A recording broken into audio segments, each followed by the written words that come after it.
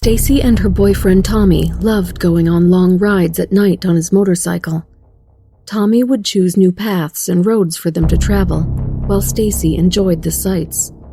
She loved the feeling of holding tightly onto her boyfriend as the wind would rush up against them. Tonight, they were speeding through a road she had never seen before. As the ride continued, the lights from the city slowly faded more and more into the background. But that was fine with Stacy, since it made it easier to see the stars. But most of all, she thought it just made the mood more romantic. But without any warning, Stacy felt the bike slow down. Not knowing the reason why, she asked Tommy what was going on. But instead of getting an answer, he simply just directed a spotlight towards a tree that was a little farther away from the road. Stacy, still confused, took a closer look at what Tommy could possibly be trying to show her. She attempted to ask her question again. She paused. Her eyes widened as she sees exactly what it is he wanted her to see. A body hanging from a noose. But as gruesome as the sight already was, it wasn't until she realized what exactly she was looking at that would horrify her. There, hanging from the tree, was the dead and bloodied body of her boyfriend Tommy. Stacy screamed, but before she even had a moment to process the situation any further, the motorcycle sped away. Instinctively, Stacy held on to prevent herself from falling off. But as the initial shock eventually wore off, she realized the true horror of the situation. Not only was the mystery biker not her boyfriend Tommy, but he was most likely also responsible for his gruesome murder. Even though Stacy wanted nothing more than to get as far away as possible from the mystery biker, she knew she couldn't let go. At the speed they were going, letting go would most likely result in her getting severely injured or possibly dying. The tears streaming down her cheeks were being wiped away by the wind as the motorcycle continued to speed faster and faster. Stacy watched as the surroundings became more of a blur. How could this have happened? Stacy asked herself, and that's when she thought back to earlier that night. She had only responded to a text from Tommy's phone, and when the mystery biker picked her up, he didn't even lift his visor to greet her before they both sped away into their nightly journey. He may have had Tommy's motorcycle and gear, but there was something strange about the way he was acting, Stacy recollected. How could I have been so stupid, she asked herself. Even though she wanted to grieve for Tommy, she knew now wasn't the time. She was currently in an unimaginable predicament. Even though she was frightened beyond belief due to the fact that she was currently holding on to a maniac, she knew letting go was suicide. The lights from the city soon disappeared into the background as the mystery biker drove the motorcycle deeper towards an unknown destination. But just when Stacy didn't think it could get any worse, the mystery biker's head started to slowly twist around. She couldn't believe her eyes as she watched his head completely turn 180 degrees. The mystery biker's head was now directly looking at her. It was at that moment that Stacy, completely overwhelmed with fear, decided to let go. But just as she did, the mystery biker grabbed both of her hands to prevent her from escaping. He then pulls her body against his. Stacy screams. She squirms and kicks in an attempt to break free, but it's no use. The mystery biker is too strong. An already horrific situation has just turned into a living nightmare. Not only is Stacy in the grasp of some unknown monster, but the motorcycle is now going at full speed without anybody controlling the handles. Scared out of her mind, Stacy screams and pleads for her life. It's at that moment that the mystery driver uses one of his hands to slowly lift his visor. Stacy wants to look away, but her eyes are transfixed on what is right in front of her. Under the helmet, just a couple of inches away from her face, is the ghastly sight of something that looks to be not of this world smiling back at her. The motorcycle speeds into the darkness as Stacy's blood-curdling scream fills the night air.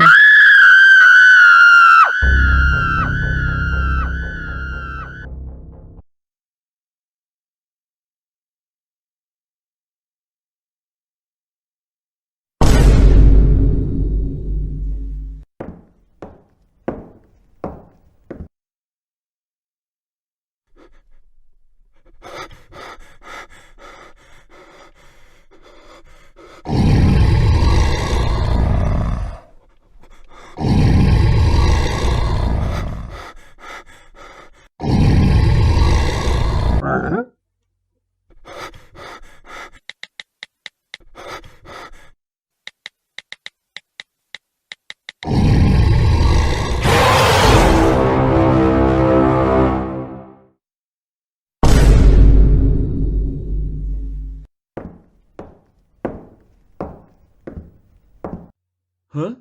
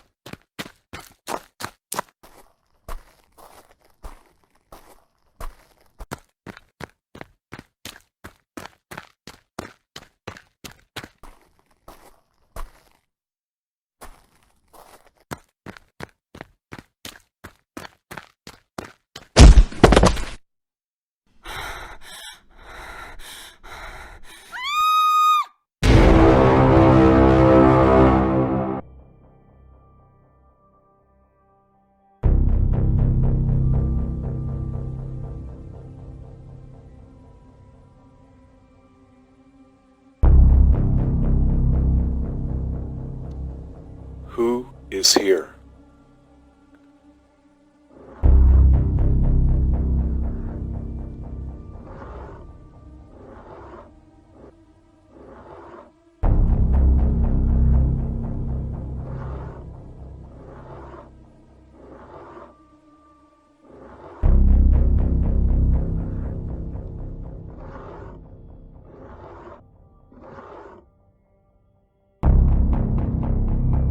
Your victims are here?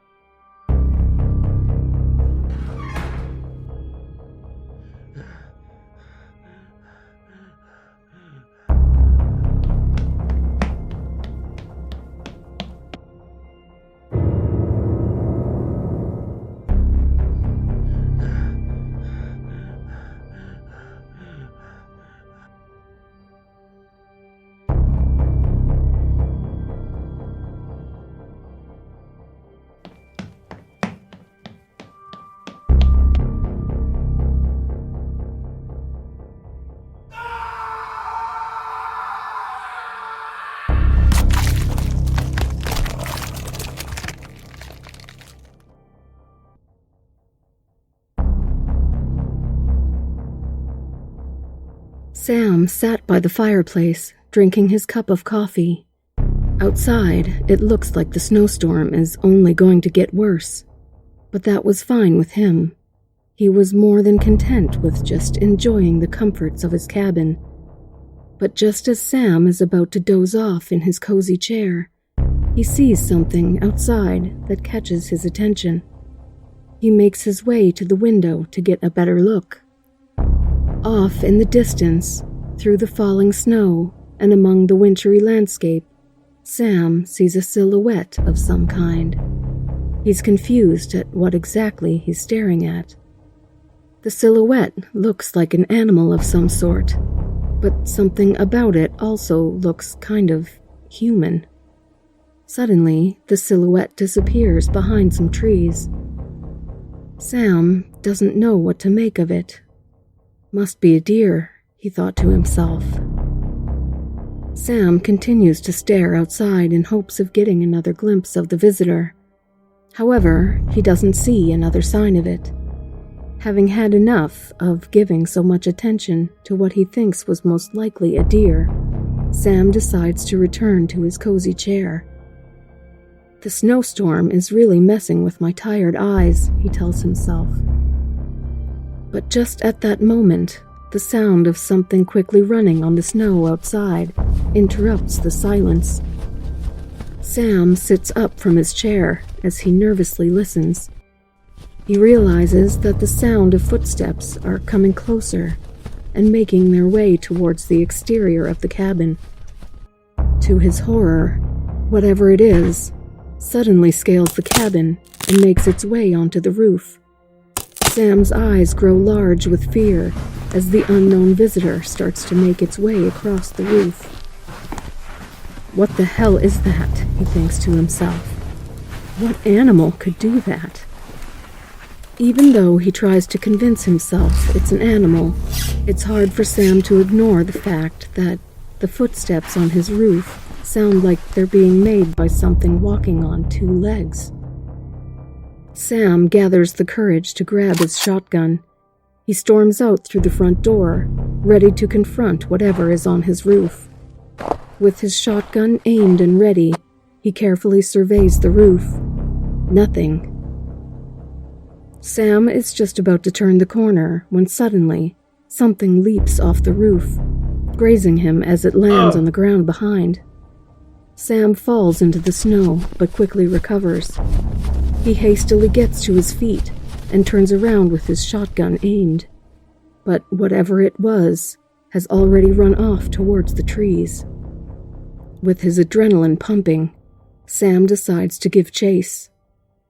He tries his best to pursue the creature, but the snow on the ground is making each step difficult. The snowfall is also obscuring his ability to get a good look at the creature as it runs off in the distance. It isn't too long before Sam loses sight of it. Even though he wasn't able to get a good look, Sam is unsettled by the small glimpses he did get of the creature. Despite the fact that it ran as fast as an animal, he couldn't help but notice how human it looked. With the weather conditions continuing to deteriorate, Sam knew he couldn't just continue to stand in the middle of the woods. He decided to return to his cabin, hoping that he had scared off whatever the creature was. Sam safely treks back to his cabin without incident, but as soon as he approaches the front door, a look of horror washes over his face. There, in the snow, along with his shoe prints, he sees a trail of hoof prints leading right towards the front door. Sam readies his shotgun as he slowly approaches the cabin. As he makes his way inside, he is greeted by a collection of melting snow that had blown in through the wide open door. There is, however, no signs of an intruder. After shutting the door behind him, Sam readies his shotgun as he decides to check every inch of the small cabin. However, despite an intensive inspection of the cabin, he doesn't find a trace of anything. No animal or human. Nothing. As confused as he is, Sam is also relieved. After being sure that the place is free of any intruder, Sam is able to calm down. He quickly then makes sure that every window and door in the cabin is locked. Shortly after, he returns to his chair. Whatever it was must have just finally ran off, Sam thinks, trying to convince himself. But just in case it hasn't, Sam has made sure that his trusty shotgun is nearby. With his nerves starting to settle, Sam's eyes begin to grow more and more tired. Eventually, he falls asleep right in his comfy chair. It's a peaceful scene inside the cabin as the snow outside continues to fall. And just at that moment, the demon slowly emerges from within the fire.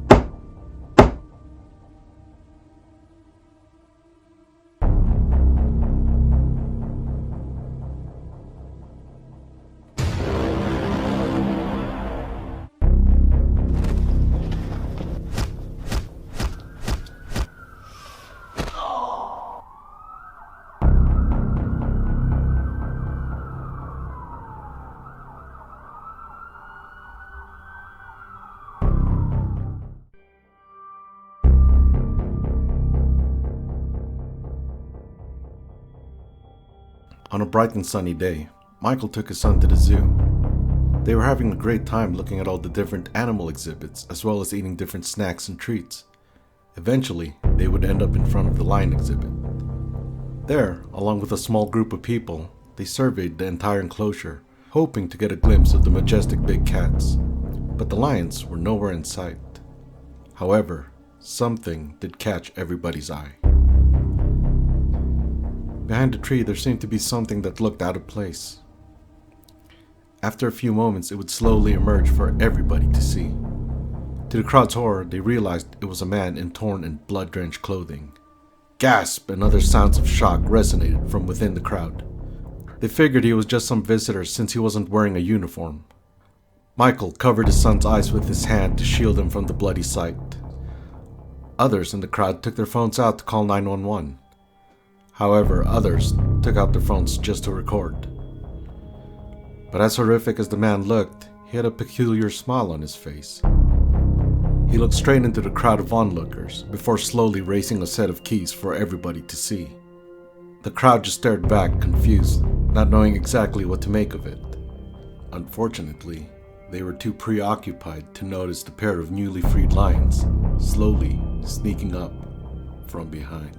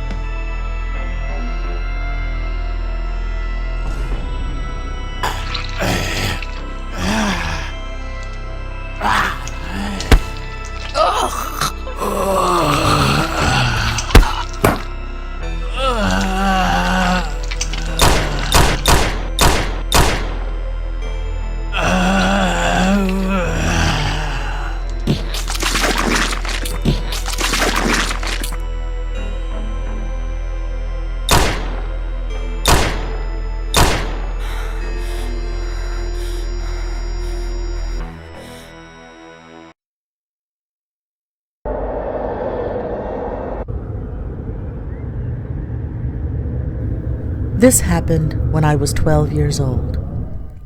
I was living with my father in a small place in India. There weren't a lot of houses nearby. We were pretty much isolated and surrounded by wilderness. One rainy night, me and my father were watching TV on the couch when we heard a knocking at the door. That was very odd, because not only we didn't have a lot of visitors, but it was nighttime. Anyway, my father got up and went to the door. I quickly followed him but stayed behind him. Before he opened the door, he asked who it was, and we heard a voice of a woman. She said she was just trying to find shelter from the rain and that she got lost in the woods. My father, being a good man that he is, decided to open the door. As he opens the door, we could start seeing the woman outside. She was soaking wet, and her clothes were torn apart. My father quickly told her to get in and found her some clothes to put on. My father told me to go to sleep, but I was curious with that woman being there, so I pretended I went to sleep and stayed watching them both. My father sat close to her and started speaking to her. He asked questions like what she was doing there at that time of the night, or if she was alone, but to no avail. Once she got inside and by the fire, she was just silent, facing the fire. A few minutes go by, and my father gave up on trying to speak to her. So he gets up and prepares himself to leave the room when she starts mumbling something. He stopped and looked at her. I couldn't really understand what she was saying, but I believe she kept repeating the words, "I lost him." My father sat down again by her side and tried to speak to her, but she kept looking at the fire, emotionless, and kept mumbling what I think was the same words. I had a bad feeling about this. Something was off about that woman, and I was worried with my father's safety. The mumbling continued a few more seconds. My father then tried to touch her shoulder, to have her attention, and as soon as he touched her, she quickly turned her head to him. This time, she had a different look. Her eyes were bloodshot red, and she started getting up. And to this day, I swear what happened next is true.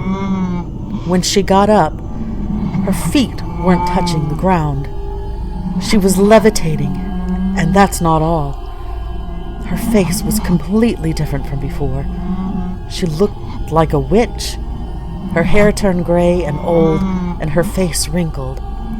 I ran to my father, and together we ran out of the house, leaving that creature alone there screaming.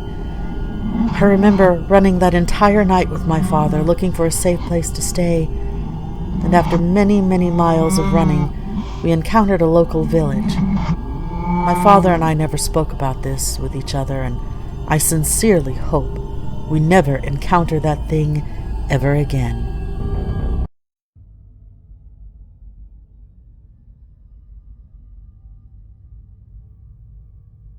The Babysitter. During a cold and rainy night, a young woman named Gwen sits on the couch playing on her phone. She had spent the past several hours babysitting and hanging out with the young Henderson kids.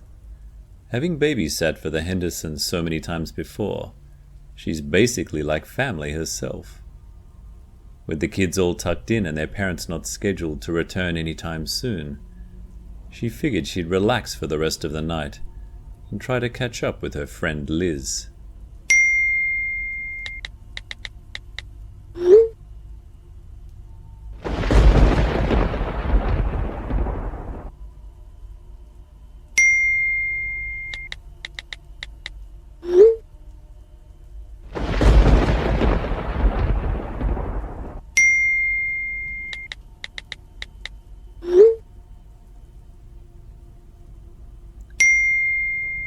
Just as Gwen is about to respond to her friend, she suddenly hears footsteps coming from upstairs.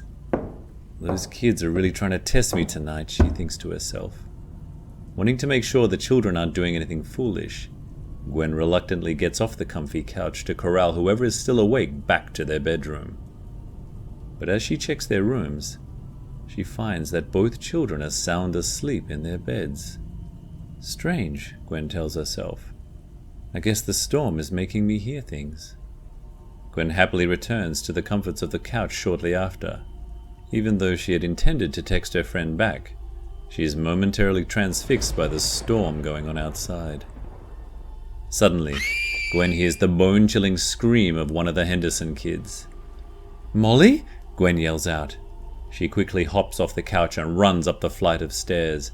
But when she opens Molly's door, she finds that the little girl's bed is empty. Gwen rushes to check on Danny, but he too has disappeared from his bed. In the midst of her panic, she had failed to notice just how wet the floors were, and it isn't until she almost slips that she finally sees the trail of shoe prints everywhere. "What the hell?" Gwen says to herself. But her confusion quickly turns to horror when she realizes that the shoe prints look like they belong to an adult. And it's just at that moment that Gwen sees somebody in a black raincoat standing at the doorway of one of the bedrooms down the hall. She is terrified, and she looks directly into a pair of eyes that are staring back at her through the holes of a mask. Without warning, the intruder sprints right towards her. Gwen screams. She quickly runs inside the bedroom, closing and locking the door behind her. She backs away as the intruder starts to forcefully kick the door. Without wasting a moment, Gwen makes her way into the bathroom that connects the two bedrooms. And just as she shuts the bathroom door, she hears the bedroom door burst open. Gwen realizes she has to make her way downstairs to where her phone is. She had foolishly left it on the couch when she initially thought Molly's scream was about something more benign. Never would she have imagined being caught in such a grave situation. Soon, the intruder begins to kick at the bathroom door as well. Gwen rushes into Molly's bedroom, closing and locking the door behind her. With the intruder still occupied, Gwen figures it's her best opportunity to make a run for it. She dashes right out of Molly's bedroom and makes her way to the stairs. But the intruder is right behind her. Before she can even reach the top step, the intruder grabs her. Thinking quickly, she reaches for a vase and smashes it right on the intruder's head. The blow causes the intruder to stumble backwards. Unfortunately, Gwen is taken down with him. They struggle on the ground as Gwen tries her best to break free from the maniac's grasp, but it seems to be futile as he's just so much stronger. It isn't too long before he's able to overpower Gwen. With his fingers wrapped around her throat, he begins to choke her. Feeling her consciousness start to escape, she desperately grabs one of the broken pieces of the vase. With one strong stab, Gwen sinks the shard into the side of the intruder's neck. He lets out a scream as he rolls off Gwen. Succeeding in getting the maniac off, Gwen crawls towards the stairs, but just as she gets up to run, the maniac once again gets a hold of her. Infuriated, the maniac picks up Gwen and throws her over the railing. Gwen screams as she falls. Her body crashes onto the floor below. Just as she is about to lose consciousness, she sees the maniac staring down at her from above the railing. Her eyes soon slowly close as she slips into darkness. Moments later, Gwen's eyes open as she regains consciousness. Other than the severe pain in her head and dizziness, she seems to have avoided any other serious injuries. She has no idea how long she's been unconscious, but she realizes it doesn't matter. She has to prepare herself for another attack. Gwen surveys her surroundings, knowing that the maniac could be anywhere. Fortunately for her, there, right by a closet wall, she spots one of the kids' baseball bats. She quickly grabs it. Despite still being a little disoriented, she manages to get up from the ground to ready herself. Suddenly, the maniac emerges from the shadows and darts right towards her. Without hesitation, Gwen swings the bat with all her might. It connects right on the maniac's temple, creating a thunderous sound. The maniac falls to the floor right onto his back. Thinking this might be her only chance, Gwen doesn't hesitate. She begins to violently pummel the maniac with the bat. The sound of bones breaking and blood splattering follow after every strike. Pretty soon, the maniac stops moving. Gwen lets out a scream that is a combination of rage and relief as she stares down at the fallen intruder. With her adrenaline still pumping, she decides to unmask him, curious to know his identity. but right after she lifts the mask off, a lightning bolt of shock and horror shoots up her body. There, staring back up at her, with lifeless eyes, is 8-year-old Molly. Duct tape had been wrapped around her mouth, preventing her from being able to scream or say anything. With her hands trembling, Gwen proceeds to lift up the raincoat.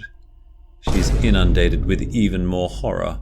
Underneath, it is the bloodied mush of Molly's 12-year-old brother Danny. He too had been wrapped with duct tape to prevent him from making a sound.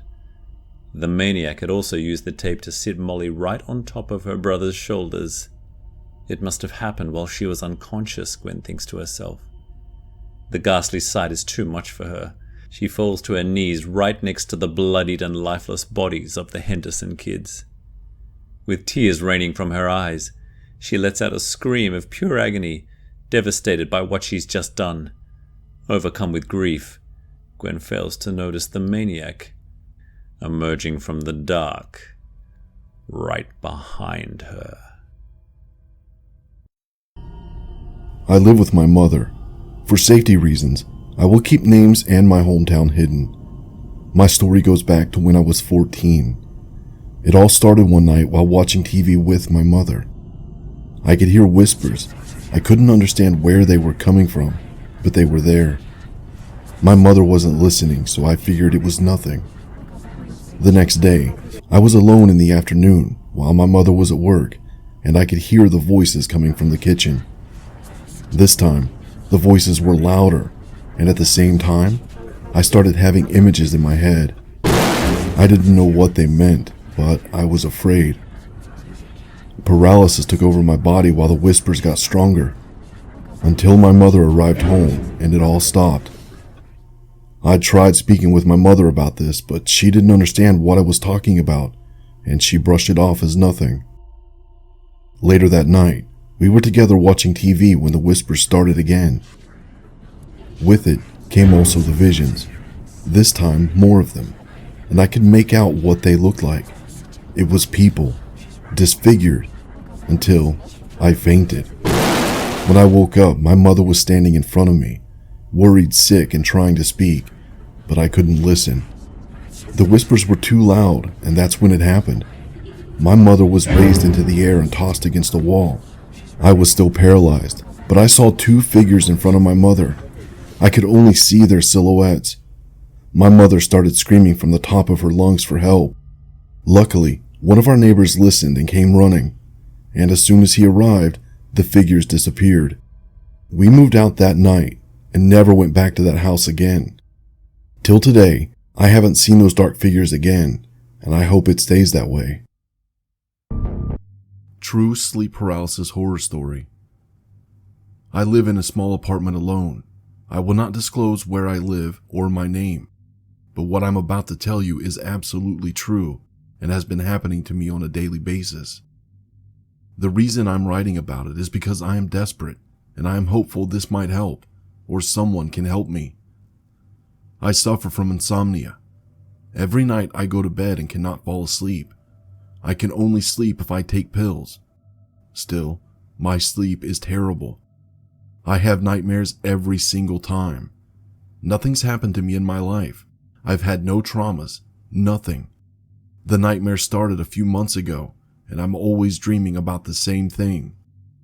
A black figure appears near my bed and doesn't move, just stares at me.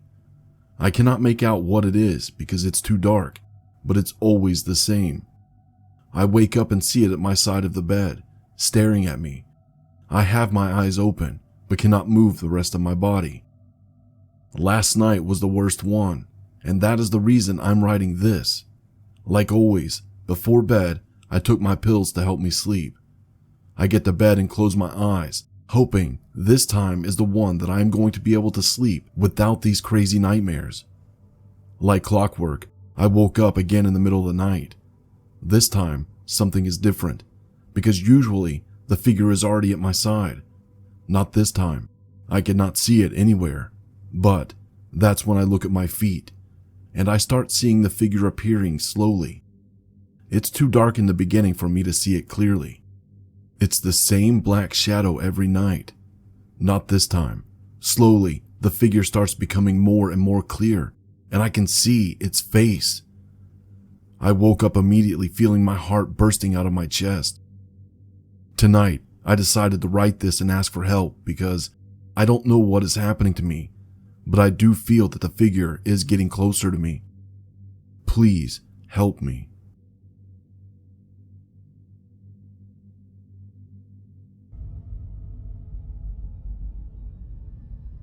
The story of the death of Elisa Lam is a case that has captivated the public since it happened back in 2013. Because of the mysterious and unusual circumstances surrounding the tragic incident, it's no surprise why. While a lot of people think that the cause of her death was due to something easily explainable, others think that there was something more sinister responsible. On January 26, 2013, Elisa Lam, a tourist from Canada, would arrive in Los Angeles, California. 2 days later, she would check in at the infamous Cecil Hotel. Even though she had initially booked hostel-style accommodations at the hotel, she was eventually given her own room by staff when her roommates complained about her odd behavior. More incidents of her odd behavior would be documented in the days to follow, including Elisa leaving notes that would read "Go home" and "Go away" that would be directed at her roommates. Days before her disappearance, she would even be escorted off the premises by security from a live taping of a late-night show in Burbank. On February 1st, the day Elisa was scheduled to check out of the Cecil Hotel, her parents in Canada had not heard back from their daughter, someone who had frequently been calling them with updates regarding her trip. After a police report was filed by her parents, it soon became apparent that Elisa had gone missing. Even with the help of the local authorities and the media shortly after, Elisa's whereabouts were still unknown. But it wasn't until a security video from an elevator was shown on the news that the case would really grab the interest of the public. On the roughly 4-minute video, reported to be the last known sighting of Elisa anywhere, it showed the young woman acting bizarrely. Because of how odd she was behaving in the video, more and more of the public started taking an interest in the whole ordeal. But, despite the sudden urgent attention regarding the missing woman, there was still no breaks in the case. Unfortunately, it wouldn't come until other guests in the hotel started experiencing something that would eventually turn out to be horrific. Some guests at the Cecil started to complain of low water pressure in their rooms. Others would complain about the discoloration of the water, with a few of them actually reporting the water to be coming out of the faucets black. Some poor souls had even reported the water had a disgusting taste. Due to all the complaints, a maintenance worker was eventually sent to check on the water tanks that sat on top of the roof of the hotel. But, upon opening the hatch of one of the water tanks, the maintenance worker would make the gruesome discovery. There, floating naked, staring up from the water, was Elisa Lam's dead and decomposing body. The authorities would eventually determine that she had been dead for a while, considering the amount of decomposition and bloating her body had undergone. After an autopsy, the cause of death was eventually determined to be an accidental drowning after Elisa had fallen into the water tank. With Elisa's diagnosed bipolar disorder and depression, as well as the medications she was taking at the time because of it, it's easy to see why the official report made the most sense. Her odd behavior during the days leading up to her disappearance only strengthened the idea that she had most likely gone through a manic episode before her death. But despite the official report, that didn't stop the public from providing their own theories on what they thought actually happened to the poor girl. Because the Cecil Hotel is near a rough part of Los Angeles, some think that Elisa Lam was the victim of a homicide. But with the autopsy report showing no signs of trauma to the body usually associated with murder, homicide was unlikely to be the cause. Some conspiracy theorists, though, claim that the person or persons responsible for her death might have worked for the hotel. A few have argued that the elevator videos seem to be edited in an effort to conceal the identity or revelation that someone did indeed interact with Elisa before her death. But there is still no evidence to back up this theory. Others, however, have suggested something more out of the ordinary. Some people claim that Elisa's death was due to something supernatural. While the mysterious factors surrounding her death are already spine-chilling by themselves, part of what makes them even more eerie is the fact that the circumstances involved closely resemble the plot of a Japanese horror film that came out several years before. In the movie, a character in the film had experienced issues with the water coming out of her faucet before discovering the dead body of a girl in a water tank on the building's rooftop. But despite the uncanny similarities between Elisa's death and the horror film, the dark and bloody history of the Cecil Hotel is enough to be the basis of a horror film in itself. Aside from the many suicides and murders that have taken place in and around the establishment, a few of the hotel's previous residents have included serial killers like Jack Unterweger and the Night Stalker Richard Ramirez. It is even claimed that one of Los Angeles' most infamous murder victims, Elizabeth Short, also known as the Black Dahlia, had stayed at the hotel before her death. Because of the Cecil Hotel's haunted past, it's no wonder why some think ghosts might be responsible for Elisa's death. Elisa's strange behavior during the elevator video only helped to support the theory. During the elevator footage, it looked as if Elisa had been talking and interacting with someone that couldn't be seen on the video. Some speculated it was because the individual was someone or something paranormal. Some of the same people also claimed that Elisa might have conjured up evil spirits when she was partaking in a ritual called the elevator game. In the game, a person would press a series of buttons on the elevator to activate the appearance of a ghost or transport themselves to a different realm. And that's exactly what some think Elisa is seen doing on the video. So is it possible that Elisa really did become the victim of the supposed many ghosts that inhabit the hotel? We may never know. Regardless of what was the cause of Elisa Lam's tragic death, what is clear is that she is now just another part of the Cecil Hotel's dark history.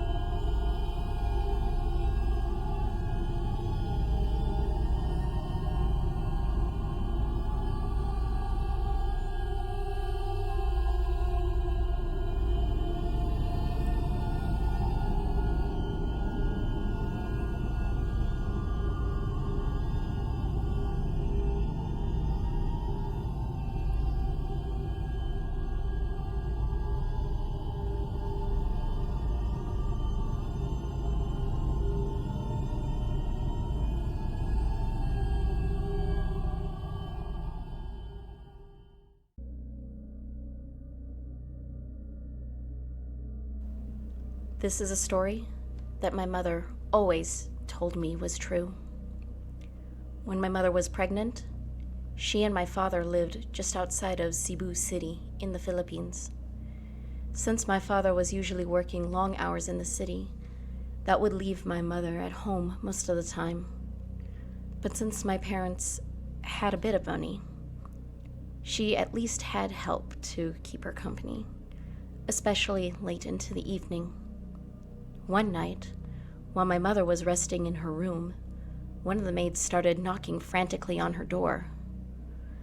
After she told the maid to come in, my mother could tell that she looked really frightened about something. Upon asking her what exactly was wrong, the maid told my mother that she and the other help had seen something in the trees. Not having the energy to deal with something silly, my mother was about to dismiss the maid. They think that it's not just some animal, but a Manananggal. In Filipino culture, a Manananggal is a hideous creature that can separate from its lower body and fly into the air using its bat-like wings. It is said to prey on pregnant women and feed on their unborn baby. My mother knew about the tales of the creature, but she didn't exactly believe them. The maids, however, insisted that my mother call the cops to take care of the disturbance. Knowing that the maids weren't going to let the issue go, my mother instead told them that she'd take care of it herself. Despite the pleas that the maids for my mother to not get involved, she instead insisted and went outside. There, on the porch, with the maids pointing, they stared at a large tree that was located on the other side of the yard. At first, my mother didn't see anything unusual, but after a few moments, her eyes finally locked onto a pair of eyes that were shining from within the darkness of the tree's branches. It's at that moment when my mother said she felt the hairs on the back of her neck stand up, and it was at this time that my mother finally felt really scared. The maids were already hysterical at this point.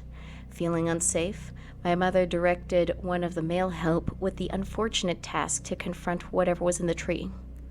The handyman used a garden tool for protection as he slowly approached the tree. But since whatever was in the tree was so high up, he used rocks that were nearby to throw at the unknown creature. After a few attempts, one of the rocks finally hit its target. And that's when everybody heard a loud shriek come from atop the tree.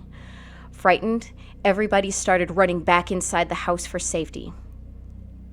But during the panic, everybody was able to get a glimpse of something flying out of the tree. Even though it was really dark, my mother and the others would describe whatever it was as a creature with large, bat-like wings connected to a human torso, with what looked like intestines hanging from below. Fortunately for them, the creature had flown into the jungle.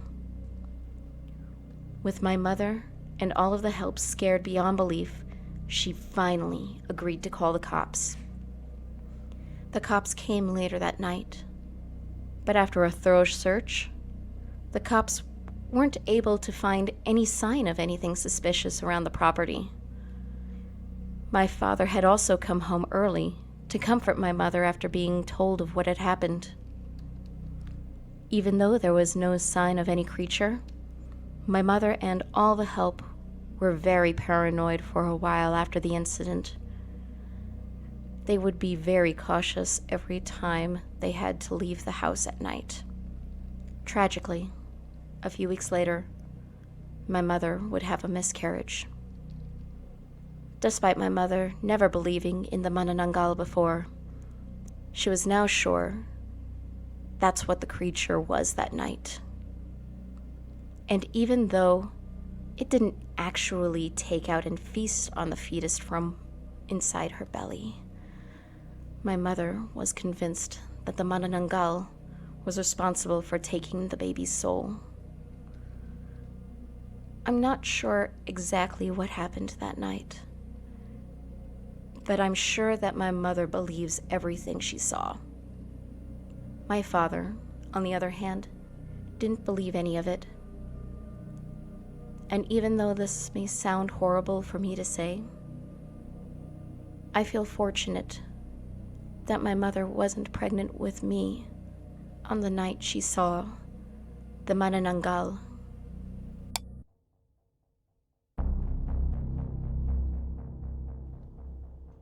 Years ago, I worked at a motel as a housekeeper. The motel itself wasn't exactly all that nice, but at least it wasn't some crack house either. The work wasn't too bad, but it did get kind of disgusting, cleaning up after some people. But for the most part, it was a quiet job. There were a few things some of us worried about when working at such a questionable place. One of those things is being attacked by a crazy guest. And it actually happened to a woman who used to work as a housekeeper at the motel. Fortunately for her, she was able to escape without any injuries when the other guests heard the commotion and came to her rescue. The other thing we fear as well, when we walk into a room to do our daily cleaning, is finding a dead body. From the first day I worked at the motel, the other housekeepers who helped to train me had always said that they think about it every time they walk into a room to clean it. Luckily for most of them, they never had to walk in on anything more than a trash room. A few, however, haven't been so lucky. One housekeeper found a man who had overdosed on pills. Another found an elderly woman who had passed away naturally. After hearing all that, I figured that would be the extent of what I'd see if I ever had the misfortune of walking into a room with a dead body. Unfortunately for me, that didn't end up being the case. One day, after cleaning a few rooms that just had guests check out, I finally came upon a room that we knew still had a guest checked in. But because he had hung a sign on his door indicating that it needed to be cleaned, I let myself in. Just like routine, I first knocked and announced myself. After getting no response, I finally used my key to let myself in. And that's when I walked into a sight that I will never forget. There, sitting up right on the bed, pressed against the headboard, was a dead man in his underwear. The wall behind him was decorated with a coating of his blood, with fragments of his head and brain mixed in. He had killed himself with a handgun that was clearly lying on the bed beside him. As horrific as the sight was, the smell was even worse. I remember screaming and just running as far away as I could from the room. I don't remember much other than the cops arriving and the manager trying to calm me down. I quit the job the next day.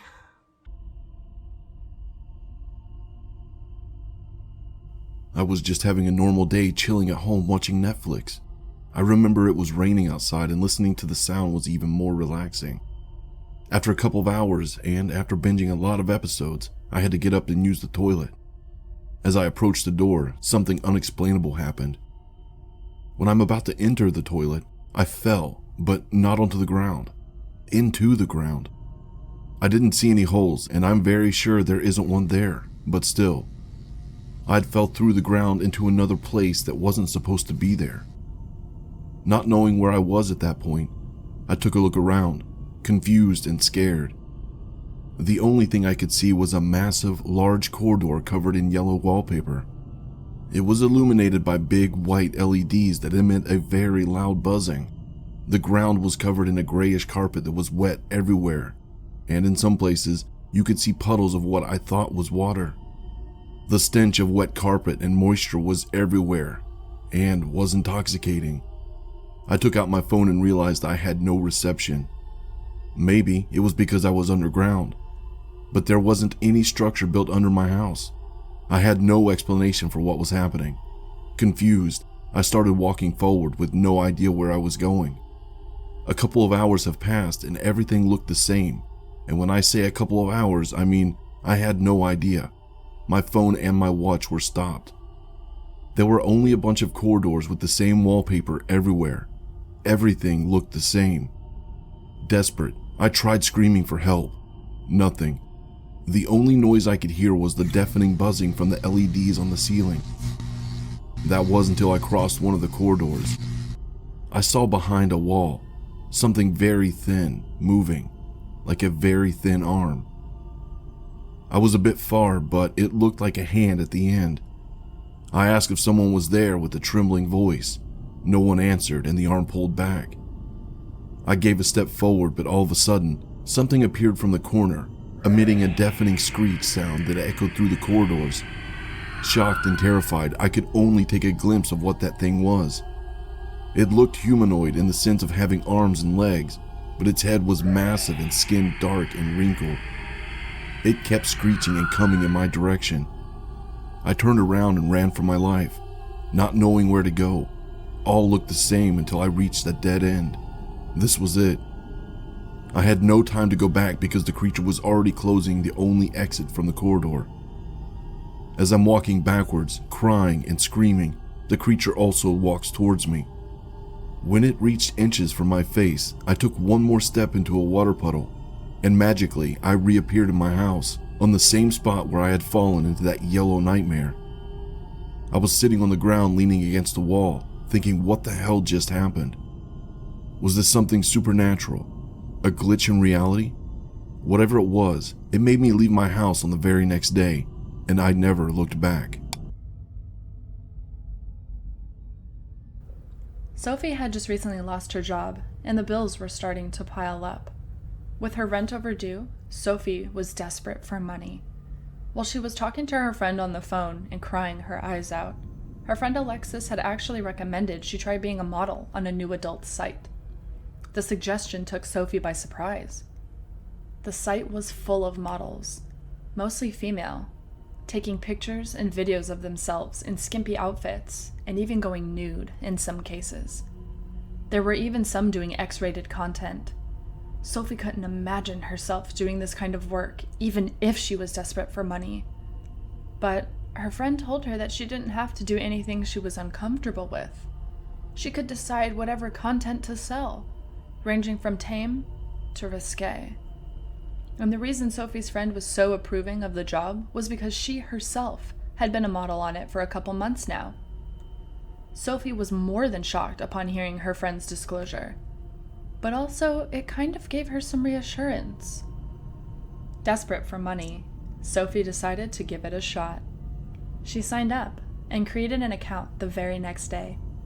Even though she was using an alias by the name of Lady So Fine, she was still nervous that somebody she knew would recognize her. But the temptation of earning good money was too much for her to resist. Sophie began by posting some pretty tame pictures of herself in her underwear. She wasn't exactly sure if she could compete with all of the other models on the site, but it wasn't long before she started getting subscribers. Even though Sophie was hesitant at first to become an online model, the more subscribers she got, the more confident she started becoming. She even started doing live webcam shows. The money she was making off doing it all had started becoming really addictive. She even loved seeing all the messages her fans would send her. It wasn't before long that the pictures and videos Sophie started posting became more and more risque. She started wearing skimpier outfits and doing more and more suggestive acts. Eventually, she started posting nude pictures and doing X-rated content with herself. And the more hardcore the content became, the more money poured in. In fact, in just a short amount of time, she started making more money in a week than she did in a whole month from her old job. Sophie was beyond overjoyed. Any doubts and objections she had about being a sex worker eventually washed away. The money she was making was just too good. At this rate, she figured she'd be able to afford to put a down payment on a house in a couple months. But despite her getting over her insecurities, admittedly, there were a few times, while going out in public, that it felt like a stranger would recognize her. In fact, there was one time in particular that it seemed a man was following her while she was doing errands. But Sophie figured it was just her being paranoid. Plus, Sophie never saw the strange man again. Overall, things were going well for her. As good as the money was from her subscribers, the money was even better doing custom picture and video requests from individual fans. As expected, most of the requests would center on her getting fully naked or doing X-rated material with herself. There were also a few fans that would request kinkier things, but nothing Sophie couldn't handle. In all honesty, the weirdest request would come from a longtime subscriber from the name of Rolling Trick 816. He wasn't exactly requesting something vulgar or shocking. In fact, it was kind of the opposite. The pictures he would request were beyond mild. You see, Rolling Trick 816 was requesting pictures and videos of Sophie doing the most mundane things, like taking food out of the fridge, cooking a meal on the stove, vacuuming the carpet, cleaning the bathroom, mopping the floors, and watching TV on her bed or in the living room. Sophie thought the requests were kind of odd, but considering how much Rolling Trick 816 was paying for the custom pictures and videos, she was more than willing to oblige. At this point, everything in Sophie's life was great, and as a gesture of appreciation, she took her friend Alexis out on a night on the town. The two of them would have such a great time that Sophie wouldn't come home later that night, way past 12 a.m. As Sophie made her way from her car to her apartment, she started to get the feeling that somebody was watching her. Feeling uneasy, she hastily walked towards her door with her keys ready. But just as soon as she unlocked it, somebody suddenly grabbed her from behind, covering her mouth and forcefully dragged her into the apartment. Before she knew it, she was thrown onto the floor. With her heart racing and her body numb from fear, she reluctantly looked up. There, staring down at her, was a burly and intimidating-looking man. "Please, don't hurt me. You can take all the money I have in my purse," Sophie would tell the man with her voice trembling. "You think I did all this just for money?" The man scoffed. "Most of that money is mine anyway." A look of confusion registered across Sophie's face. "What? What are you talking about?" "You don't know who I am, do you?" the man replied, almost sounding insulted. "I think it's because you know me better as Rolling Trick 816. Sophie's blood ran cold at the revelation. "Oh, my God, how? How did you know where I lived?" Sophie desperately asked. The man started to laugh. "You really still haven't figured it out, have you?" The stranger laughed. "Stupid girl. I saw you out in public weeks ago. Imagine my shock realizing that the lady so fine actually lived in my city." The man continued to laugh with delight. "Don't you see? All those pictures I told you to take, cooking, cleaning? It was all just so I could catch glimpses of how every aspect of your apartment looked like. After that, it was just a matter of going online and finding an apartment complex that had all the very same features and layouts such as yours. You gave me everything I needed to find you."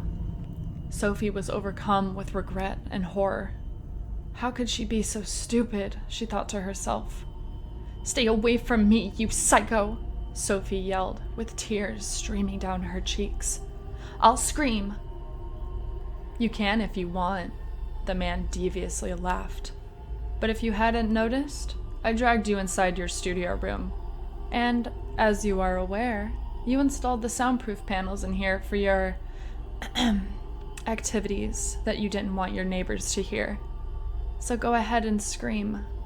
But you're not going to be able to scream long enough to get anybody's attention." Sophie's face turned a different shade of white when she realizes how hopeless her situation is. As the man slowly starts to descend on Sophie, he tells her, "Now, It's my turn to give you a show.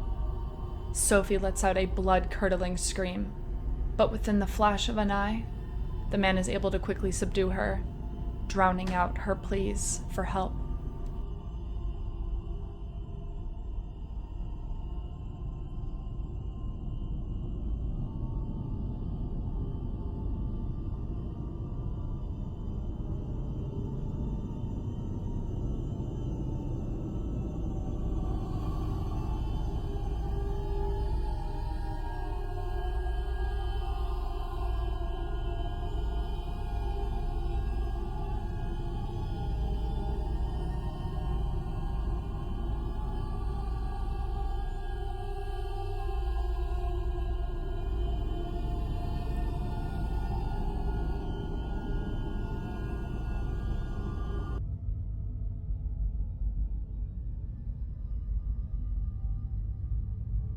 I'm going to tell you something I never imagined possible.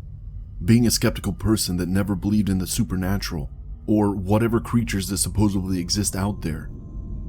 This story happened during my late 20s, and I remember it like it was yesterday. It was a Friday night during a session of browsing and chatting on the internet with my online friends. Because I lived in the suburbs, it's common for me to spend more time at home. Also, because nothing exciting happens in my neighborhood, or so I thought till that day. Like I was saying, it was a Friday night and I was on my laptop when I started listening to noises coming from trash cans directly under my window, between the fence and the side of my house. I usually don't pay attention to this because there is a forest area behind my house, so it's common for raccoons to come close to the houses and mess up garbage cans. But the noise was already annoying me and was getting louder, so I went downstairs to scare the raccoons away.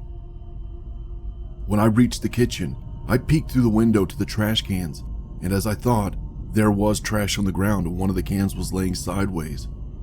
I got angry now because I had to go outside and pick up the trash before any more raccoons would come and make an even bigger mess.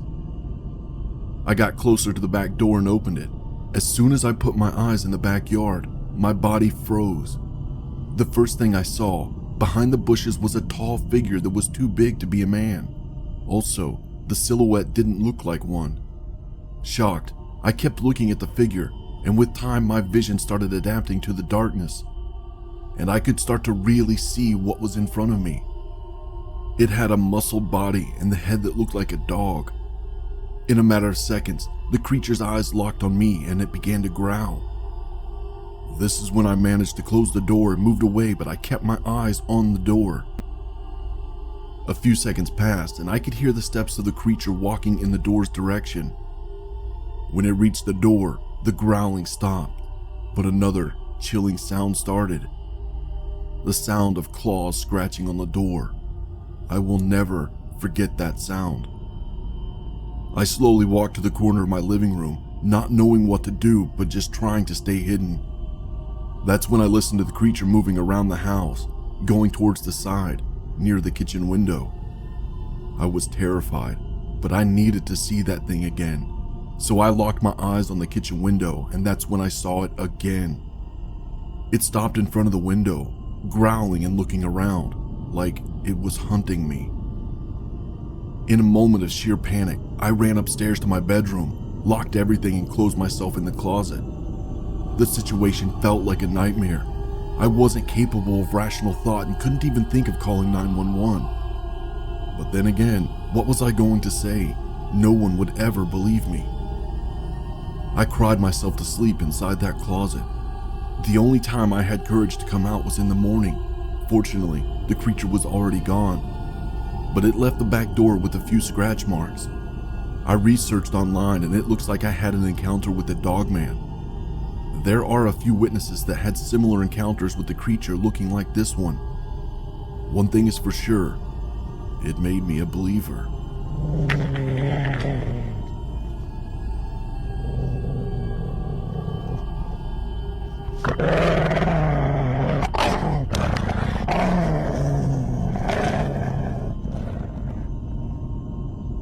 I destroyed my favorite childhood doll when I saw it moving on its own and carrying a knife.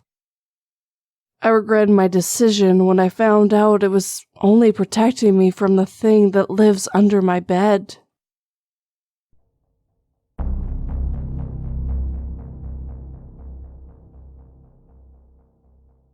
I've been working at this new classified location for 2 weeks now. When I say classified, I mean every piece of information surrounding the exact location of this place is unknown to the workers or the scientists. There are 2 distinct groups here, the ones I mentioned before. I'm one of the workers. We don't have names, just numbers, and our job is to do maintenance around the facilities and install machinery throughout the buildings. Scientists are here to analyze data. We have no idea what it is that we're studying down here, but everyone always seems on edge. There are rumors that a few of the workers have gone missing, and that's why they needed a new team. Honestly, I don't know what to believe. I mean, this place gives me the chills, but I haven't seen anything down here yet. Only empty corridors that all look and smell the same. 2 weeks of this, but today was a different day. Today I found something else. I was carrying some new equipment to assemble in a new area that had been found. Number 56, another worker, was helping me carry the equipment. As we arrived, I saw a passage that I had never seen before, and I was sure that we had passed here multiple times.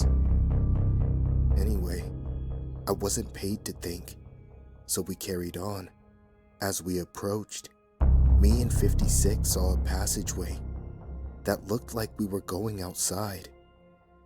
What I mean is that we could see buildings in front of us with windows, and it looked like they were outside. But for some reason, the building had no door and the windows looked weird. They were asymmetrical and in different sizes. Also, the sky, it looked flat, and the stars looked like they were painted. There were a few trees as well, and a street made of concrete. That was real. Without much conversation, we carried the equipment to the designated area that was marked by orange markers on the ground. This was common protocol.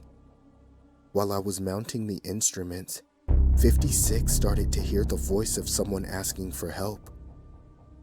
I told him that's strange because there's no other team out here right now. But yes, he was right. I could hear someone asking for help. We tried to pinpoint the location, and it came from a small building, similar to a suburban house on the other side of the street. There was no way we could ignore this plea for help, so we investigated. The closer we got to the door, the louder the sound became. It was very clear now. Someone was inside asking for help. And my first thought was of the missing team. Were the rumors true? I guess we were about to find out. When we entered the house, it completely surprised me because there was a massive hallway that didn't look to have an end. It just led to darkness.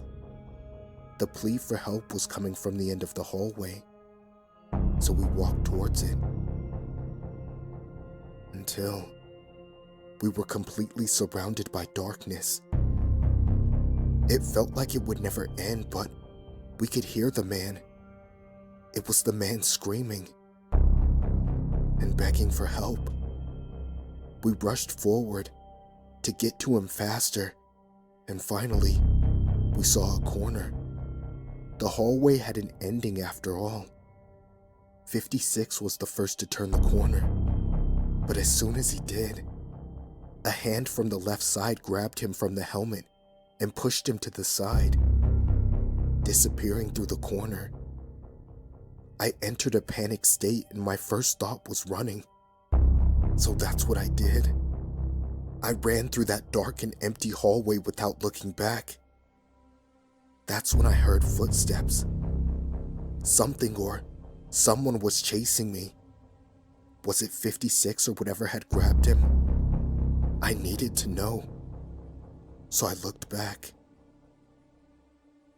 And to my terror, it wasn't 56. It was something else. Something with long, thin, and slimy limbs. The head was weirdly shaped, but I didn't have a lot of time to understand it. Running was my only focus now. I kept running until I found the door leading to the street. After that, I ran to the passageway leading to the inside corridors that we passed every day. After a few minutes, I was near the main base of operations. I was debriefed by the scientists several times and was placed under psychological care with one of our therapists. I tried to leave this place on my own, but they didn't want to let me go easily.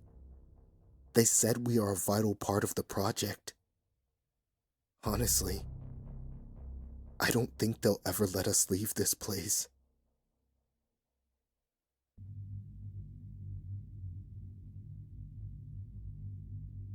I'm enjoying a deserved break in the teacher's lounge. Today is Friday, so we are all waiting for the final bell in order to go home and enjoy the weekend. Unfortunately, we still have a few hours of class in front of us, and something else is about to happen that will change my life forever.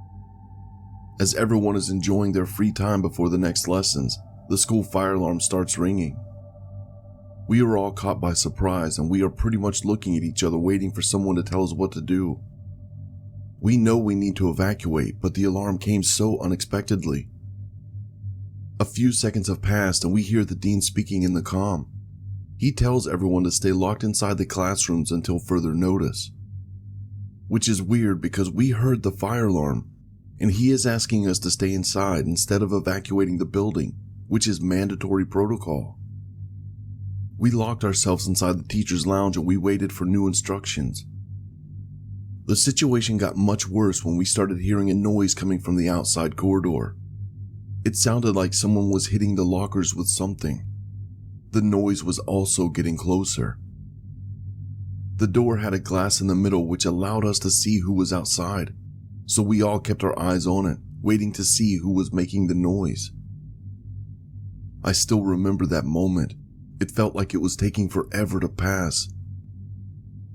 The noise was over now, and we were all on edge waiting to see who was there.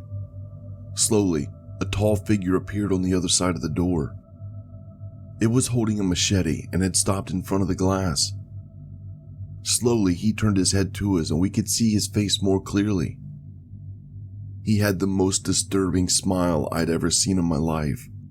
His hair was a mess and his face was all scarred. He just stands there looking at us and showing his machete. We were all in a state of panic, unable to move. One moment we were all having a good time together. In the other, some random guy entered the school with a machete. Something I forgot to mention was that machete was already covered in blood, which means he had already used it on someone. By some miracle, we listened to cops screaming in the hallway at the man. In a matter of seconds, they put the suspect on the ground and took him away. Finally, the alarm stopped ringing and we were taken to safety. Turns out the suspect had stabbed another teacher for unknown reasons. It's scary to think it could have been me being stabbed. Fortunately, the other teacher recovered from his wounds and no one else got injured. Not physically at least. Mentally, I am scarred for life.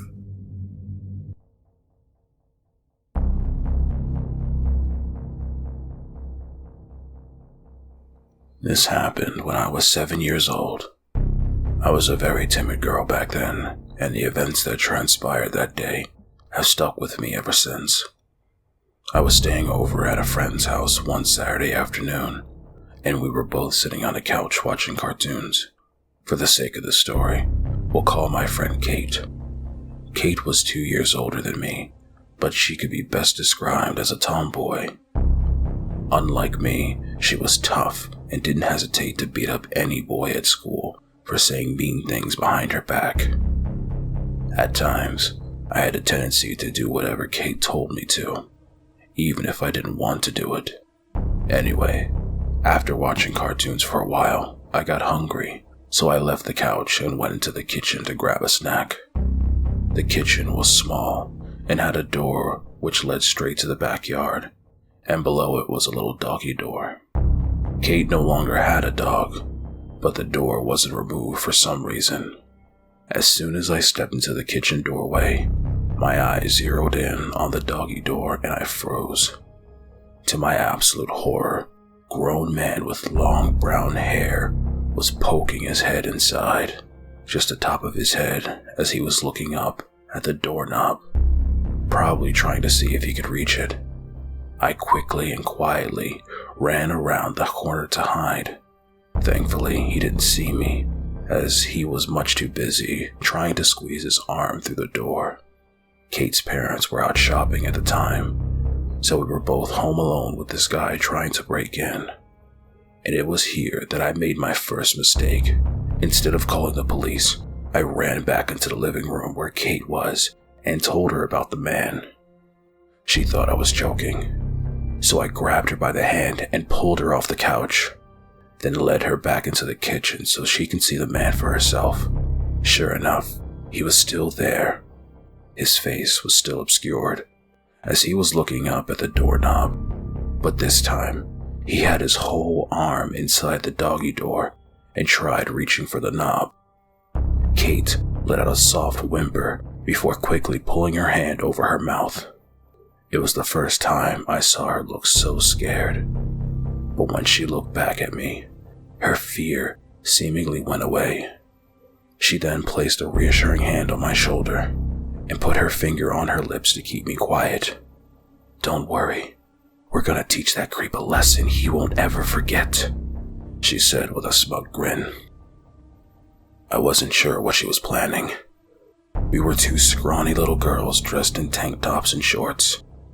Not exactly the picture of intimidation, but like an idiot, I agreed to go along with whatever she was up to. "Okay," I said. "Great. We're gonna have to sneak up on this guy, so do what I do and follow me, and be quiet," she said before walking into the kitchen with me close behind. Even though we tried our best to be stealthy, our feet squeaked loudly across the floor with every step we took. Kate's mom must have cleaned the floor recently, and since me and Kate were both barefoot, the squeaking was twice as loud. We stopped and looked at each other nervously for a moment, thinking we were done for. But fortunately, the man's constant fumbling with the locked door blocked out any squeaks we made. By sheer dumb luck, he hasn't alerted to our presence, even though our footsteps were as loud as an incoming freight train.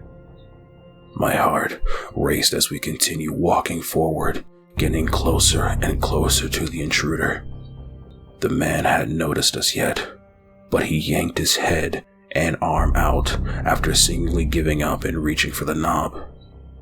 Kate sighed in disappointment, but figured he'd be back to try again. She then sat down in front of the doggy door while I sat beside her. "As soon as he pokes his head in, we're going to kick him as hard as we can," Kate snickered as she raised both her feet off the floor and bent her knees back, preparing them for a kick. I did the same, and we both just stayed in that position, waiting for the man to return. No more than 20 seconds passed before the doggy door flap opened again, and the man popped his head in, this time giving us a good look at his face. But we didn't kick. We just sat there, frozen, eyes wide with fear, as we tried to comprehend what we were looking at. His face. My God. His face looked like it had all of its skin ripped off, leaving only exposed muscle. The top of his head looked normal enough with brown hair, but his face was gone. This is not a face we were expecting to see. Looking back, I'm not sure if his skin was actually gone, or if he just had a detailed tattoo my 7-year-old brain believed to be real. If it was a tattoo, then damn, it was a good one. The exposed muscles and sinews around his cheekbones looked so lifelike that it left both me and my friend petrified. The man himself was also surprised when he saw us for the first time. He glanced between the two of us, completely speechless. And why wouldn't he be?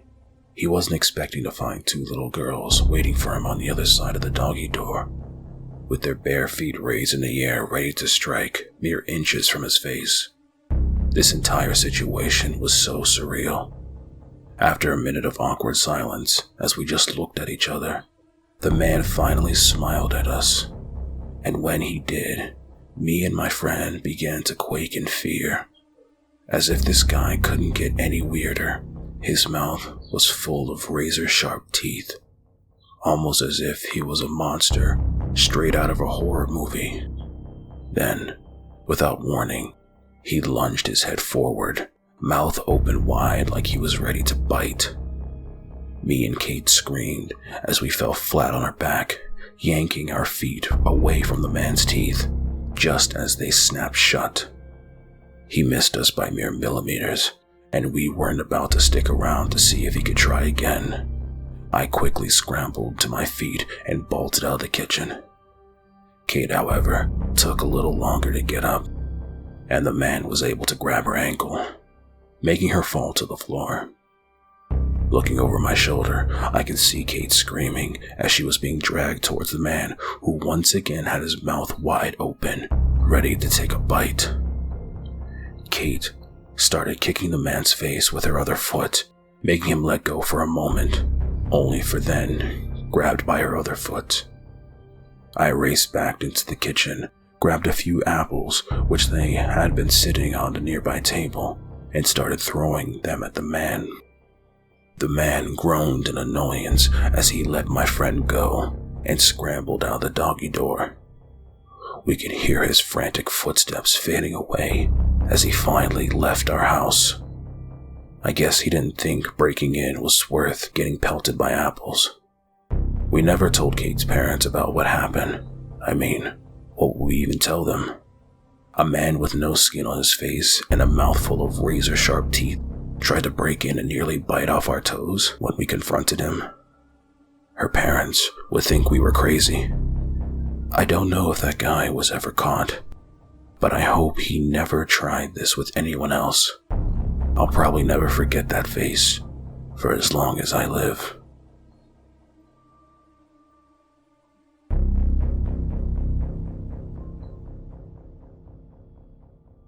While I was in high school, I had a really awesome job working security at a cemetery that was only a couple of miles away from my house. It was a great job while in high school, since it paid slightly more than minimum wage. However, I had to work the graveyard shift on the weekends. At first, I didn't mind the late shift since I never saw anyone after we closed. But also I got to stay in my truck and listen to the radio. The biggest and most important thing about all of this was at the time, I didn't believe in ghosts. The job was great for me since I got paid hourly to basically do nothing. However, my enthusiasm for my job slowly dissipated as a couple of events that I can't explain occurred, slowly turning me into a believer. The first thing that happened that I thought was really strange was this odd mist that would only come in during the nighttime. This made shining my flashlight around the dark cemetery all the more difficult. I wrote off the mist as just being the cold weather during the night, a rather simple explanation. There were parts of the graveyard that I would avoid at night, not that I was afraid or anything, but mainly because my radio didn't get that great of reception. It would seem I would always get a blend of two stations around this one tombstone, which I always thought was weird. It would be the only part of the graveyard that would do it. On the tombstone was the death date, June 6th, 2006. Or in other words, 666. I am not a superstitious person, but I always thought that was weird. The next thing that I noticed that I thought was weird were the lights. When I'm saying lights, I'm not referring to the lampposts inside the cemetery. I'm referring to actual lights that floated and hovered around the cemetery. At first, I thought they were these lightning bugs, but typically, those give off a greenish-yellow glow for a few seconds. These lights that I would sometimes see were white. Rather than dissipating after a few seconds, they lasted for a couple of minutes and moved very slowly. I wrote off this experience as a mixture between the mist that hovered in the graveyard and the passing cars that would sometimes pass by the cemetery throughout the night. This explanation didn't really hold up considering not that many cars drove by that late at night. The lights didn't scare me, they just made me uneasy. It was as if the alleged spirits of the graveyard were reminding me that I wasn't alone. The things that did scare me were the shadow people. I remember seeing my first shadow person. I thought that someone had broken into the cemetery. At this point in my security career, I didn't believe in the paranormal. Because of this, the only reasonable explanation that I could come up with was someone had broken in and that I needed to find them. I left my truck and chased after them, but I obviously ended up empty-handed, as well as a good distance away from my truck that I originally wanted to be. On my long and lonesome walk back from my frivolous pursuit, I thought I heard whispering all around me. Normally I would write this off as the wind in the trees, but I heard actual words, as well as my name. My full name. This obviously bothered me, and I spent the rest of the evening inside my truck. There was another time I was doing a patrol while I remained inside the safety of my truck, while listening to the radio. I was disoriented with all the mist and I hadn't realized I was near the 666 tombstone, and my radio went on the fritz. Instead of the normally merging the two radio stations, I heard something very deep and growling coming from my radio. It told me the exact day I would die in a very demonic voice. This event wasn't nearly as scary, but a part of me is quite curious to see if this would be correct. Granted, this experience was probably just someone fooling around on the radio late at night, but you better believe me when I tell you I have the exact date written down, just in case.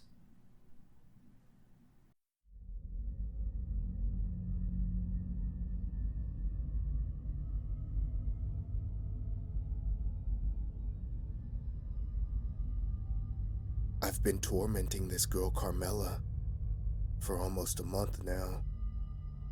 Late at night, I enter her bedroom, watching her, moving her stuff around and off her shelves, whispering in her ear and waking her up. She never sees me, but she's starting to become afraid. I could kill her anytime I want, but I need to torment her first. Just how I've been tormented my entire life. Back in high school, I was ostracized, ignored, and made fun of by almost everyone. I was overweight and a little different than everyone else. I wasn't the smartest guy there either. I usually just focused on my homework and wrestling. When I had time home, I would just read comics and play video games. Even though I kept to myself, still, people laughed at me and made fun of me and chastised me all the time. These 5 people in particular were Kieran, Jonathan, Gabby, Jordan, and Carmela. They all made my life a living hell, mocking me, making me feel like I was an idiot, worthless, calling me spastic. The thing is, I had a strange crush on Carmela, even though she hated my guts and said those horrible things behind my back. I thought she was cute in her glasses and her haircut shaved on one side, plus her petite frame. One day, after absolutely embarrassing Jordan in a wrestling match, I guess you could say he was ashamed and angry. So, he along with Jonathan, Kieran, Gabby, and Carmela, they all ambushed me on the way home and decided to beat me up badly. After they beat me up, they made me kiss all of their shoes. I specifically remember Carmela spitting on me after I kissed her foot. After what they called a fight, I was even more ashamed of myself. I was shunned and made fun of further. The 5 of them even started to spread rumors about me. Come graduation, I didn't get the grades that were expected of me or get into college. Not because I wasn't smart enough to do it, but because I couldn't concentrate on anything. Constantly being ostracized, it's all I could think of. After high school, I had to settle for a dead-end job, all because of what happened throughout my educational years. I developed severe social anxiety to the point that I could barely communicate with people or go out. I also had anger issues, and most of the time, I fantasized about hurting the people who hurt me. I was only able to concentrate on lifting weights and train in mixed martial arts and boxing to let out my frustrations. Unfortunately, I also took up excessive drinking and became an alcoholic. One night, I drank so much, I felt like I was on the brink of death. I laid there in my room dying when a dark figure appeared in my room, just looking down at me. I believe it was some kind of demon. It knelt down next to me and said, "So much anger, such hatred." He then asked me a question.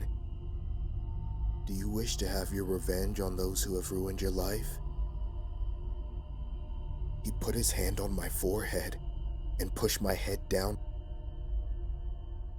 And suddenly, I became overcome with every bit of anger I've ever felt. All of those people who mocked me, laughed at me, harassed me, and beat me up, all those memories flashed through my mind. I was also in so much pain. All I could feel was burning, the heat being unbearable, like I was burning in hell. When it all stopped, there was a pile of ash where I laid. I looked in the mirror and saw the new me. I looked like a zombie with red skin and white eyes with no pupils. I realized that I was a ghost-like demon. I should have been horrified, but the only thing I felt was rage. I decided to go after Kieran first, tormented him for a month, all before deciding to kill him. I ripped out his teeth before gouging his eyes out and crushing his skull. Jonathan was next. I completely ruined his life. Haunted him to the point that he had a mental breakdown and left college. I then killed him by ripping him apart. Gabby, she ended up in a mental institution. When I was done with her, I strangled her and then slammed her down so hard her neck broke like a twig. With Jordan, I didn't even bother with the torment. I just killed him immediately. I tore every single one of his limbs, beat his face to a pulp, and finally stomped on his head until there was nothing left but blood, skull fragments, and brain matter. Now time for Carmela. Tonight is the night. She finally set up a camera recorder to watch her sleep, most likely so she could try and get a glimpse of me. I crushed the lens and pushed the camera down. Carmela bolts up awake and grabs her glasses. She looks in my direction. "Who's there?" she says. I guess she sees my shadow. She then gets up, runs towards the light, and flicks on the switch. As the light goes on, I manifest my physical form, and she finally sees me. She's absolutely speechless when she lays her eyes upon me. My burned and rotting skin, and my glassy wide eyes. I finally see the fear in hers, still as cute as always. I smile at her, flashing my rotting teeth. She turns to the door. I wrap around her thin waist and squeeze her body in a bear hug. I'm strong enough to snap her like a twig, but I'll squeeze her slowly, just so she suffers. As I squeeze her, I'm enjoying her struggle, her gasps, her cries. I squeeze her tighter and tighter, squeezing all of the air out of her as I look into her eyes. She looks like she's about to pass out now, so I'll use my strength and squeeze her as tight as I can, snapping her spine and crushing her organs. She lets out one final gasp, with wide eyes as blood drips from her mouth. Her body now goes limp. Her eyes close. I'm still overcome with so much anger, so much rage, so I continue squeezing her limp, dying body as tight as I can.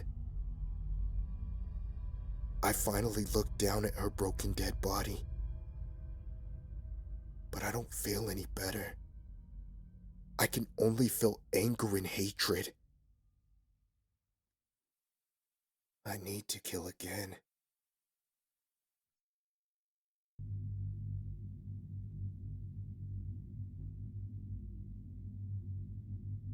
Rebecca sat on the couch reading a book she had just bought from an estate sale, Incantations from the Dark Side.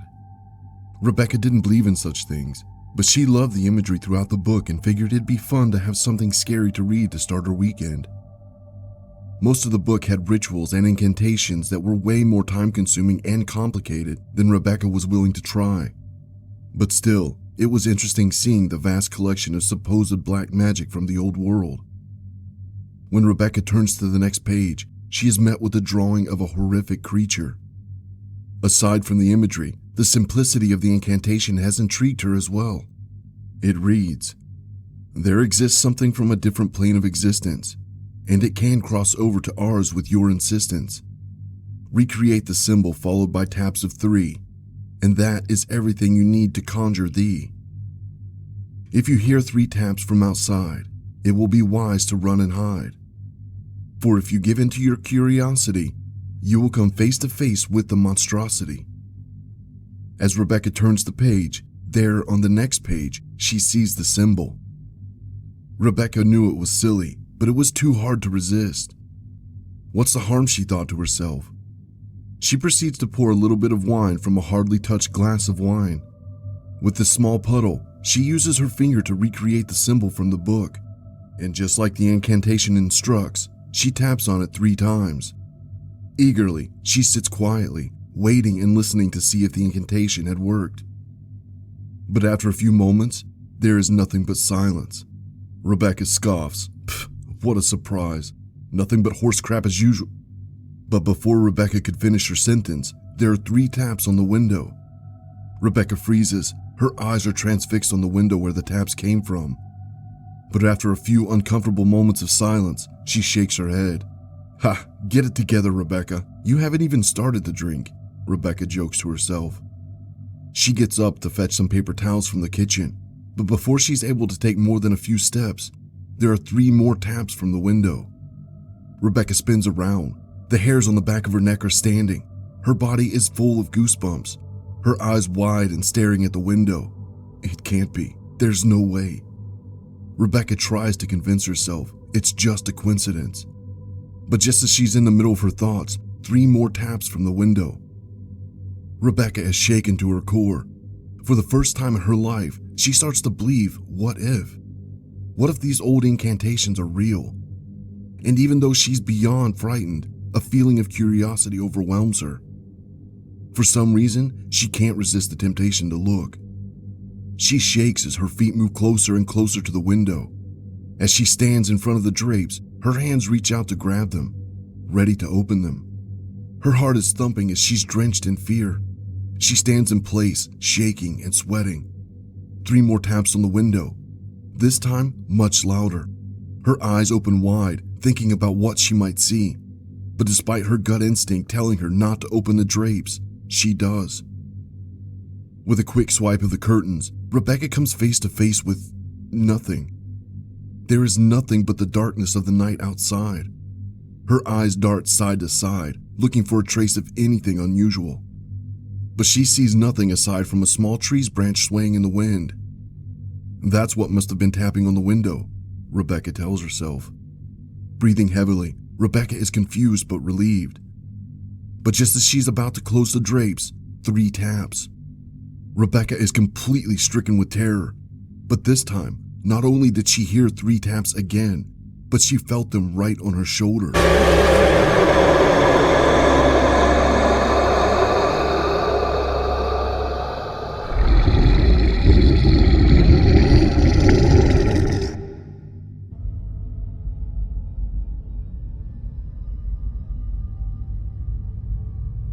It all happened 2 days ago. I was home, having a midnight snack, when I kept listening to noises coming from upstairs. I live in an old house, so it's usual to listen to random sounds. I didn't pay too much attention to it and went upstairs after my snack. Despite that, I still felt a little nervous because the sounds were directly above my room. It sounded like scratching. I was getting more and more nervous, but I was too afraid to go up there and check it. What if someone was there? I didn't want to face whoever or whatever was there. I just kept telling myself it was a rat or something like that. 1 hour passed, and the noise was still there, the exact same sound. I was getting desperate in bed, turning to all sides without getting any sleep. How could I sleep? I kept imagining that the sound was being made by someone, waiting for me to fall asleep, just to cut my throat. I had to do something about this. I gained some courage finally and went to the hallway, right below the attic entrance. I pulled the rope and the stairs slowly came down. Now, at this moment, something else happened that scared the living thing out of me. The scratching sounds I was listening to before had suddenly stopped right at the same time I lowered the ladder. That was terrifying to me because whatever was up there was now aware I was here and going upstairs. All kinds of thoughts were crossing my mind, dark thoughts. I stood there at the end of the stairs, looking up at the attic entrance. My legs were shaking. Never in my life have I ever been this afraid, but I had to go there now. I had a small flashlight with me and started climbing the stairs slowly. This must have been one of the hardest moments of my life, going into the unknown without knowing what was going to happen. I reached the top and put my head inside. With my flashlight, I started looking for whatever was making these noises. Everything looked clear until something jumped from behind some boxes. I fell backwards towards the ground and was now facing the entrance. In pain and terrified, I stayed there looking up. Slowly, I started seeing it. I called it because I don't know if that thing was human, but I swear I saw it. I will describe it the best I can. I did have time to see it because I was frozen in the ground. Never in my life have I felt this afraid. The thing was of light skin, full of bruises. It had no hair and it had big eyes and a mouth, but the nose was small. It looked like something that came from a nightmare. All of a sudden, it disappeared into the attic again, but this time it left the house because I could hear it running on the roof and jumping onto the ground. After that, it ran to the forest. I closed myself in my bedroom and couldn't sleep all night. I just tried to make it to the next day. I didn't call the police because I'm not sure what to tell them. No one will believe me, and this was the only way of sharing the story. If someone knows what this thing is, help me find out what to do.